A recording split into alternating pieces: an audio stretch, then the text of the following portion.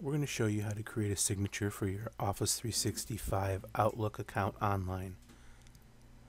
As you can see, I'm already in my Outlook inbox, and I'm going to go to the gear in the upper right hand corner here, and I'm going to select View All Outlook Settings.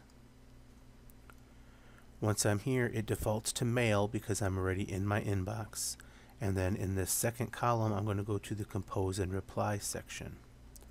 And you can see email signature shows up right away. I've already taken the time to put mine in. As you can see, I am adding my name, what position I hold in the district, and then the district that I am working in. It's a good idea to have those 3 bits of information in there. You can add some more if you would like, but that should be a need.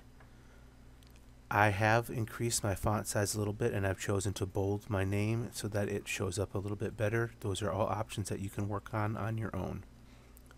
While we're here, however, there are 2 other boxes that you want to consider checking. The first one automatically includes your signature on any new message that you make, and the second one automatically includes it on a reply or a forward.